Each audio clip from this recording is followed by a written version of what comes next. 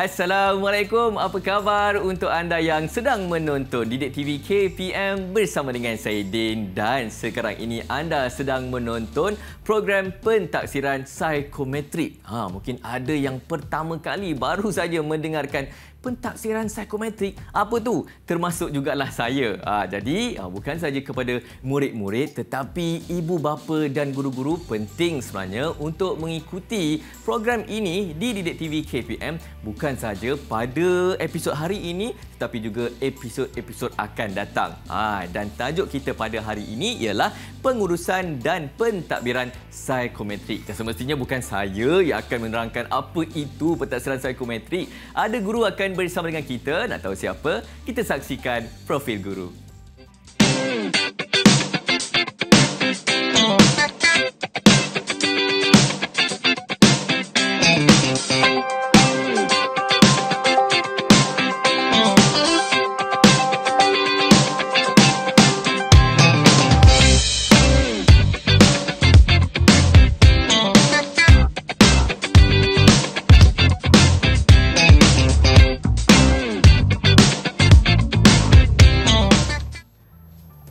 Baiklah, tak perlu diperkenalkan lagi. Di sebelah saya Cikgu Nur Azita. Assalamualaikum Cikgu. Waalaikumsalam Din. Sihat? Alhamdulillah. Din okey ni?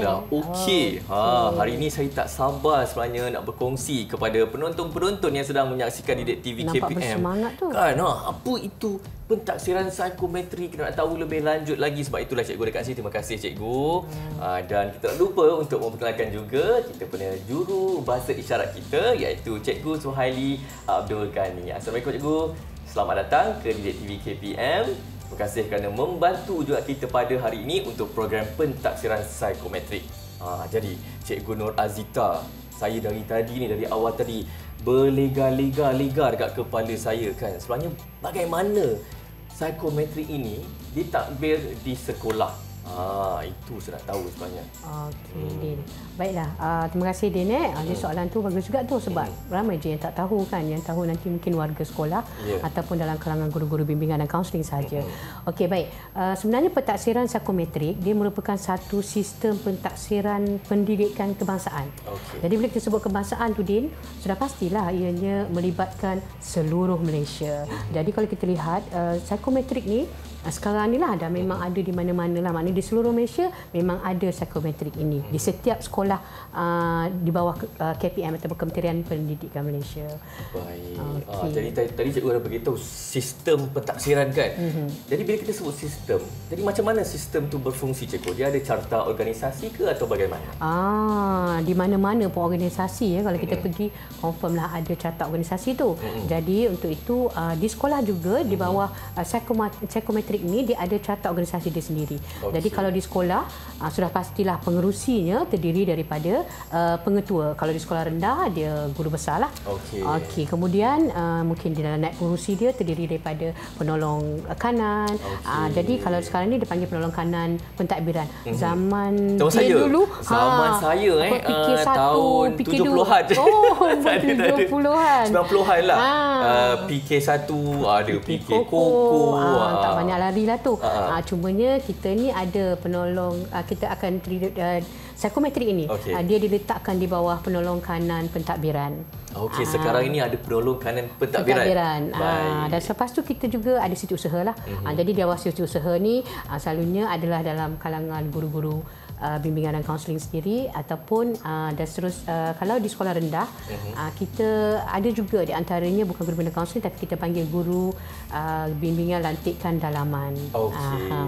So di bawah sekali itu nanti adalah AJK pelaksana. Sudah pastilah pelaksanaan ini adalah di bawah kita panggil GPKSM kalau yang pendeknya. Guru bimbingan dan kaunseling sepenuh guru masa. Bimbingan Dan kalau yang sekolah rendah ada juga GB, itulah guru bimbingan GBLD, lantikan dalaman. Ada dia punya singkatan-singkatannya tu. Itu baru kita tahu sedikit bagaimana psikometri ditadbir di sekolah. Baik, selepas ini ada banyak lagi yang kita akan bincangkan berkenaan dengan pentaksiran psikometrik. Jadi terus bersama dengan kami di Didik TV KPM.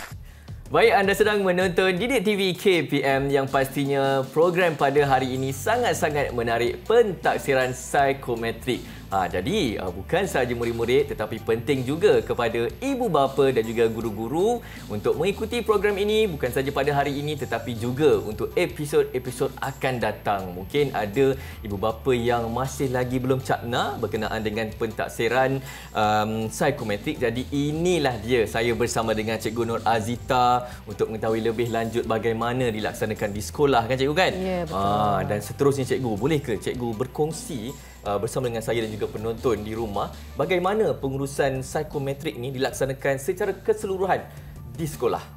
Okey, dia dah lama dah tinggalkan persekolahan? Dah lama Cikgu, dari 2007 tingkatan 6. Saya kalau tingkatan 5 tu 2005. Lama sangatlah rasanya Cikgu. belum lagi lah kot psikometrik ni. Jadi tak ada pun rasa ambil inventory psikometrik, tak ada kan? Okay. Tapi rasa SPM tu macam baru semalam lah Cikgu. Oh macam nak kena ambil lagi lah tu. 2-3 kali kalau saya tak nak ambil lagi SPM. Okey, baik Din. Kita dalam untuk hari ni kita nak bercerita tentang pengurusan dan pentadbiran. Jadi kat mana-mana pun apa saja program kalau kita jalankan semuanya perlukan pengurusan ni. Jadinya sama juga di sekolah juga untuk menjalankan psikometrik ni dia ada carta alir di sini. Carta alir pelaksanaan dia. Jadi bila kita sebut carta alir ni dia macam panjang lah, dia alir kan. Jadi dia akan selalunya dia ada mula dan dia akan tamat lah. Jadi untuk yang pertama ini kalau di sekolah untuk pentadbiran yang mula sekali adalah mesyuarat ahli jawatankuasa pelaksana psikometrik. Maknanya di sekolah kita dah tubuhkanlah satu NJK ataupun ahli jawatankuasa psikometrik ni. Jadi untuk memulakannya kita akan panggillah ahli-ahli mesyuarat ini dan kita bincang nak menentukan tarikhnya dibuat bila, di mana, bagaimana, dengan siapakah kelas-kelas yang terlibat kerana dia mengikut jenis-jenis psikometrik ini berbeza-beza. Jadi kelas ni pun berbeza-beza dan tingkatannya pun berbeza-beza. Di sekolah rendah pun kita ada. Jadi di situ kita akan tahu. Kemudian untuk memulakannya, bila kita mulakan tu, kita buat murid ini dia akan ada banyak cara lah. Ada semasa nak mengambil inventory ini, dia akan ada yang dalam kelas. Jadi kelas ada yang buat dalam dewan macam itulah. Tetapi yang paling penting benda ini mestilah dalam keadaan yang kondusif. Sebab benda ini adalah bercerita tentang personaliti, tentang diri, tentang minat. Jadi keadaan tak bolehlah macam kalau kita nak buat tu okey ambil ni duduk bawah pokok buat saja kan. Kan lepas tu patutnya dia dah minat benda lain, dia cerita benda lain pula. Jadi kita tak dapat the gist maknanya yang sebenarnya yang berada daripada murid itu. Jadi kalau suasana pun kondusif, murid-murid pun boleh fokus untuk mengisi. Jadi itu lebih baiklah kita akan mendapat yang lebih lancar dan lebih baik hasil itu nanti. Jadi di situ juga selalunya guru bimbingan kaunseling akan ada lah untuk membantu. Sebab ada juga di antaranya nanti semua soalan-soalan tu ada yang harus dibantu. Kadang-kadang ada yang mungkin mereka tak faham. Tapi kalau kita dalam exam tak boleh kan? Mana tanya ni cikgu jawapan dia apa cikgu? Tak boleh lah. Tetapi ini bezanya bila kita membuat psikometrik ini, dia boleh dibimbing oleh guru-guru untuk soalan-soalan yang ada dalam tu. Okey, itu kedua. Kemudian dia akan edaran bahan ni kita selalunya kalau dalam kelas guru-guru mata pelajaran akan membantu kita juga. Jadi kita akan jalankan serentak mengikut tarikh kan. Jadi kan adalah guru juga akan menerima edaran dan membuatnya bersama, tapi dari segi penerangan semua tu akan ditadbir sendiri oleh guru bimbingan dan kaunseling ataupun guru bimbingan kalau di sekolah rendah tu kita ada lantikan dalaman. Okey, seterusnya kemudian murid akan menjawab soalan lah. Jadi di situ yang kita cakap tadi kita kena bimbing, kena ada kadang-kadang murid tak faham perkataan-perkataan tu kan. Jadi terpaksalah juga cikgu akan fahamkan supaya kita mendapat keputusan yang sebenar nanti. Yelah, mungkin murid-murid sekolah rendah pemahaman dia berbeza dengan murid-murid sekolah menengah. Jadi kalau ada guru yang membimbing, membantu, tak adalah muka tertekan, berkerut je muka. Tak adalah nanti dirasa macam, exam matematik ke ni kan. Jadi dirasa okey nak bercerita tentang diri sendiri. Kemudian murid akan menjawab soalan. Lepas tu perkara ni akan kita akan kumpulkan semua beberapa jawapan tu. Selepas ni part yang paling seronok lah. Part yang paling seronok? Seronok kerana selepas itu key in datanya. Bila dah key in data ini, key in data, pentaksiran skornya, semua ini akan dijalankan oleh guru bimbingan dan kaunseling ataupun GBLD tadilah untuk di key inkan data-data ni. So zaman-zaman sekarang kan, kalau zaman dulu lain. Zaman-zaman awal dulu kita mengira kan. Kita kena kira satu ni, kira ni. Itu cerita lain lah. Tapi mungkin dah zaman dah canggih sekarang ni, kita dah pandai guna perkataan key in data kan. Key in data. Kan, sebab tu kadang tengok cikgu kerja sampai malam tu. Sebab key in data. Sebab boleh ada di mana-mana, sebab semuanya di hujung jari. Betul lah. Betul kan. Okey. Kemudian dah lepas dah key in data, dah dapat hasil semua ni, kat mana nak letak? Di sinilah simpannya, kita simpan di dalam file. Maksudnya adalah filingnya ataupun sistem file yang kita nak susun. Kita mengikut tingkatan. Jadi setiap murid, katalah sekolah tu ada 3,000 murid. 3,000 kena key in, 3,000 kita nampak kan kerja-kerja buat guru kaunseling ni. Di 3,000 tu pula jugalah yang kita harus sebenarnya setiap murid itu kena ada dia punya hasil daripada keputusan tu tadilah. Kemudian kita ada file pun ada susunan, kita akan buat masukkan dalam file mengikut katalah tingkatan murid itu di mana. Semuanya akan ada nanti filing kita simpanannya. Selepas itu kemudian bila kita dah dapat keputusan tu, kita akan lihat bahawa ada di antaranya intervensi akan dijalankan selepas tu. Okey, intervensi. Apa pula intervensi kan, tu? Macam bombastik sangat ayat tu kan.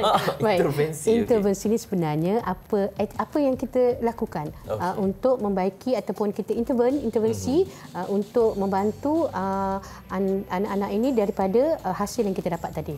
Okey, hasil daripada dia menjawab menjawab tadi. Okey, contohnya lah, lebih kita tengok tu, rupanya ramai pula yang tak minat sains. Kita tengok daripada keputusan tu kan, murid-murid di katalah tahun 2022, ramai pula tak minat sains kan. Tak minat sains. Susah hati juga tu. Terasa kan? saya. Macam tahun saya pula. Okey. Tapi tak minat sains tu tak bermakna lah, maksud saya macam sains tulen. Ramai tak nak jadi doktor. Sedih pula kan. Jadi semua perkara ni harus jalankan sedangkan mereka ada potensi. Betul. Jadi kita intervensinya mungkin nanti guru-guru kaunseling akan berfikir apakah merancang program-program yang membawa kepada sains ini. Kemudian ramai juga yang di antara kita yang orang-orang macam orang realistik kita panggilkan. Mereka ni adalah orang yang jenis yang kita boleh pergi kepada pertanian, pergi kepada ni. Di situ kita boleh lihat. Jadi di situ kita akan adakan pameran-pameran. Itulah intervensi. Maknanya kita nak membantu untuk meningkatkan lagi tentang dari segi psikometrik ni. Dan juga intervensi ini termasuklah aktiviti-aktiviti yang kita jalankan. Jika kaunseling, kita juga ada juga memanggil untuk sesi kaunseling. Itu juga intervensi. Berjumpa dengan ibu bapa, itu juga intervensi. Kita mungkin ada satu program dengan ibu bapa di bawah program perundingan kebapaan. Kita ada panggil ibu bapa untuk sampai untuk bercerita tentang, pun juga intervensi. Kita boleh kata intervensi ni kira solusi yang kita boleh buat daripada hasil yang kita dapat selepas kita key in data tu, cikgu. Yes.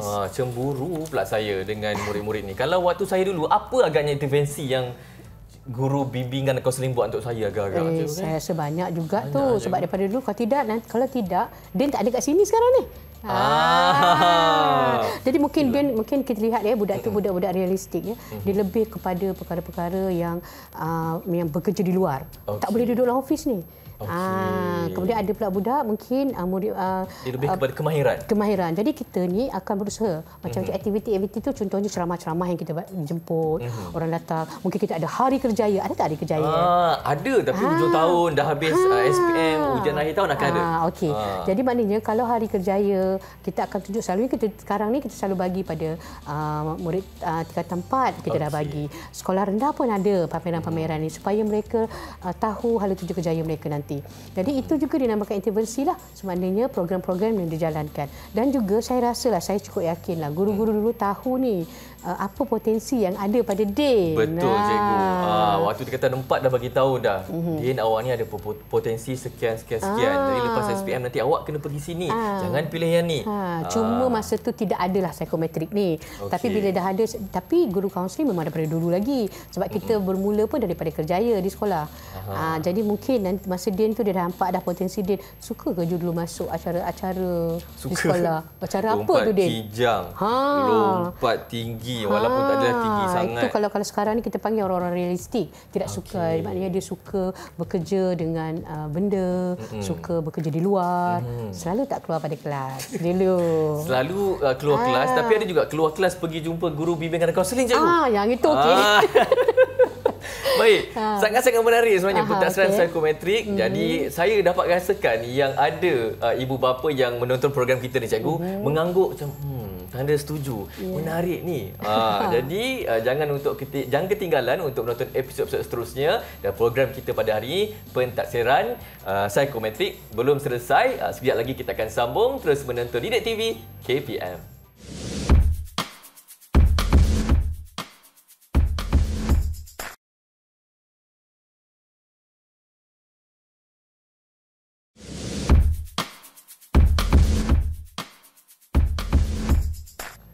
Selamat menonton program pentadsiran psikometrik di Didik TV KPM bersama dengan saya Din. Terima kasih kepada ibu bapa, guru-guru dan juga murid-murid yang sedang menonton kerana program ini amat-amat penting terutamanya kepada ibu bapa, guru-guru dan juga murid-murid untuk mengetahui lebih lanjut berkenaan dengan pentadsiran psikometrik. Saya pun dapat juga ilmu kerana lama-lama nanti anak saya pun akan masuk juga sekolah rendah, sekolah menengah. Jadi masih kekal bersama dengan Cikgu Nur Azita dan Cikgu nak tahu jugalah bagaimana pula pengurusan yang seterusnya untuk pengurusan dan pentadbiran psikometrik ni. Sebab bila kita dah buat tu mesti macam ada laporan kan yang kita perlu sediakan. Silakan Cikgu.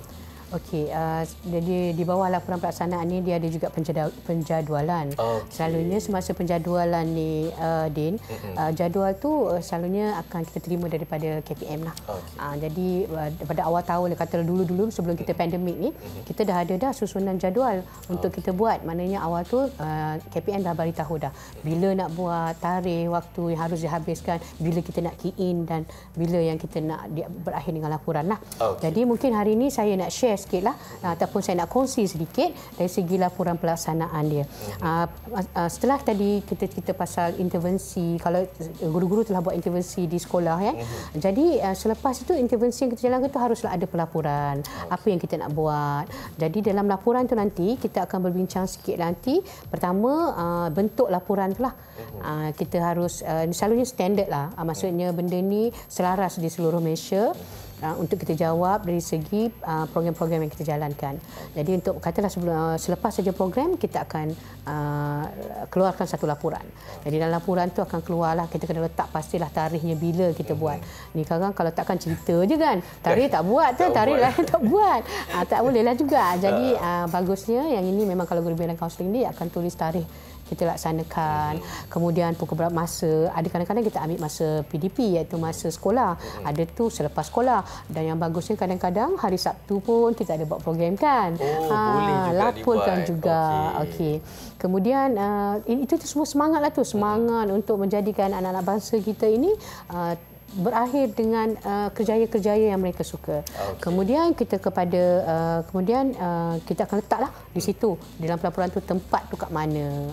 Sama ada kena tulis tu dalam pelaporan tu. Sama ada di kelas, sama ada dibuat dalam dewan ya. Kadang-kadang ada bilik-bilik kecil yang diberikan lah. Kemudian ada objektif di situ. Mana-mana laporan selalunya kita ada buat objektif. Apa objektif program kita hari itu. Dan seterusnya kita kadang-kadang kita buat itu ada juga kita kata bila kita nak buat psikometrik ni pelaporan keseluruhan pun kita letak juga mana program kita nak buat. Tapi selalunya laporan tu mungkin kita boleh buat dalam sekali saja satu laporan. Maknanya kita akan buat inventory minat kerjaya. Yang tu kita panggil IMK lah, pendek-pendek dia IMK. Kemudian mungkin kita juga ada buat inventory kecerdasan pelbagai. Kadang-kadang kita panggil IKP, macam tu di sekolah rendah kita ada aptitude kan. Ada ujian-ujian macam itulah, ada aptitude test tahun 6. Itu tajuk-tajuk dia lah. Kemudian inventory trait personality. Jadi semua ni kita akan letak dia sebagai nama-nama program yang kita jalankan dalam pelaporan tu nanti. Kemudian di dalam pelaporan tu juga kita akan letakkan sasaran. Sasaran tu maknanya kita kena tulislah juga berapa murid yang terlibat, yang ambil tu tingkatan berapa masa kita ambil, itu semua kita letakkan dalam satu bentuk jadual, macam dalam bentuk jadual lah. Jadi memang sangat-sangat spesifik. Ya, very specific. Boleh nak suka hati sembrono. Yelah, kadang-kadang budak tu tak datang, kita kata dia ada pula, tak adalah. Jadi bukan apa, bila kita tahu budak tu tak pernah ambil, kita ada tindakan susulan untuk kita bantu dia selepas itu. Sebab psikometrik ni sebaiknya semua seorang murid itu, harapan kita adalah seorang murid itu sudah menjalani semua perjalanan psikometrik itu. Okey, tak ada yang tertinggal. Tak ada yang tertinggal. Tapi kalau dah tak datang sekolah memang tertinggal. Asyik tak datang, tak boleh juga. Macam mana? Tapi walau macam mana pun, dalam bilik kaunseling ni, kita memang perkhidmatan kita terbuka. Pintu kita sentiasa terbuka untuk anak-anak. Jadi bila mereka tak datang di masa buat tu, mereka boleh datang saja ke sekolah dan ke bilik kaunseling dan mengambilnya di bilik kaunseling pun boleh. Ini yang pentingnya juga, program ini perlu ditonton oleh ibu bapa supaya tahu sebenarnya berkenaan dengan pentaksiran psikometrik ni. Kalau murid-murid, anak-anak tak datang, pintu bilik kaunseling sentiasa terbuka untuk guru, untuk ibu bapa, untuk anak-anak yang kita amat galakkanlah kerana mereka yang berada di sekolah dekat dengan kita kan. Okey, kemudian dalam tu juga kita ada tulis dalam pelaporan juga kita perlu letakkan kekuatan ataupun impak daripada program kita ada. Ni bawa program, lepas tu tak ada impak pula kan. Tak tahu apa impak dia kan. Jadi dia macam satu kerugian lah. Jadi tandanya kadang-kadang ada program yang menggunakan dana. Jadi sekurang-kurangnya apabila kita buat tu, kita kena pastikan bahawa program-program itu ada impaknya. Jadi dalam impak itulah yang kita tulis dalam pelaporan itu, supaya nanti apabila kita di akhir tahun kita dapat lihat di mana yang kita patut tambah lagi untuk tahun hadapan. Macam itulah untuk perancangan-perancangan. Dan juga bukan saja setakat dia punya apa orang kata dari segi dia punya penambahbaikan pun kita boleh letak di situ. Maknanya alamak hari ni macam kita katakan ada murid yang tak datang. Jadi bagaimana kita penambahkan? Kita kata mungkin kita buka lagi untuk budak tu datang lagi untuk mengambil psikometrik ini. Bukan saja di waktu dan tempat yang ditetapkan, tetapi kita buka lagi untuk mereka. Macam tu. Kemudian seperti biasalah, yang pentingnya kadang-kadang bila nak buat program ni Din, perkara pertama sekali adalah kadang-kadang kita cerita pasal kos lah kan. Betul cikgu. Part kos ni nak kena kita bincanglah, kadang intervensi, tapi kebanyakannya guru-guru kaunseling ini dia banyak lebih kepada kemahiran yang mereka ada, dan juga kadang-kadang kita ada kita panggil apa ya, hubungan sinergi dengan rakan sinergi. Rakan sinergi. Rakan sinergi ni dia bagusnya kadang-kadang kalau dia kita ada satu hubungan dengan college, dengan college akan datang. Jadi ini juga sebenarnya program-program yang orang luar, masyarakat luar yang boleh membantu sekolah, terutamanya anak-anak. Saling bekerjasama lah kan cikgu. Kalau kita beritahu pasal kerjaya-kerjaya kan, mungkin kita jemput juga alumni sekolah yang dah berjaya, ada kerjaya. Pada cuma satulah untuk bilik kaunseling, pada kami semuanya berjaya. Maknanya walaupun mereka rasa mereka tak ada kerjaya, belum lagi sampai. Jadi banyak perkara yang mereka lakukan, dan pada pastinya pada kami semua anak-anak di sekolah adalah anak-anak yang berjaya dan berpotensi. Setuju cikgu. Berjaya ni subjektif, terpulang juga kepada diri kita sendiri kan. Ya, betul. Baik cikgu, boleh tak cikgu berikan rumusan berkenaan dengan pengurusan dan pentadbiran psikometrik program kita pada hari ini secara keseluruhan cikgu? Okey, baik Din. Dari segi pengurusan dan pentadbiran ni, mengapa kita rasa dia begitu penting sekali ya, kerana dia melibatkan seluruh murid di dalam sekolah. Jadi kena ada sistem yang betul, cara yang betul. Kemudian ada macam satu sistem yang dapat kita ini membuat ni secara apa kita panggil selaras ya, di seluruh Malaysia, supaya nanti kita dapat mengumpulkan hasilnya. Dan juga di akhir sekali KPM juga, Kementerian Pendidikan juga dapat membuat sesuatu perancangan untuk bila dah tengok kan, mungkin dekat Kelantan lain, mungkin dekat Selangor lain, Sabah dan Sarawak bentuknya lain. Saya negeri Sarawak, mungkin kan, lain lah. Sarawak ke? Saya Sarawak. Oh ya ke? Saya ingat lagi nama sekolah saya. Silakan. SK Pujuk Corner, SMK Baru Miri. Ulang sekali lagi.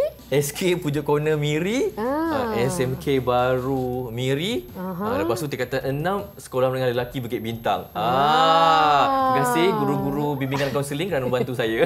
Okey. Jadi bila kita urusnya, jadi kelancaran itu sebab perkara ini kita bercakap tentang kebangsaan. Kita bukan bercakap tentang satu sekolah saja. Jadi pentingnya pengurusan dan pentadbiran psikometrik ini ditadbir dengan baik dan dia diselaras di seluruh Malaysia. Macam itulah dia. Satu program yang saya rasa mampu untuk mengetahui potensi maksimum seseorang murid-murid, kan cikgu. Terima kasih Cikgu Nur Azita kerana membantu kita pada hari ini, kepada guru-guru, ibu bapa, murid-murid berkenaan dengan pentaksiran psikometrik, dan tajuk kita pada hari ini pengurusan dan pentadbiran psikometrik yang pada pandangan saya secara peribadi sangat-sangat menarik, sangat-sangat membantu untuk menyelahkan potensi anak-anak kita. Maklum dah jadi bapa kan. Apapun, terima kasih lagi sekali Cikgu Razita. Saya rasa banyak sangat ilmu yang saya dapat pada hari ini. Terima kasih juga kepada penonton yang berada di rumah, dan teruskan untuk menonton program ini untuk episod-episod seterusnya. Assalamualaikum, terima kasih, dan teruskan menonton Didik TV KPM.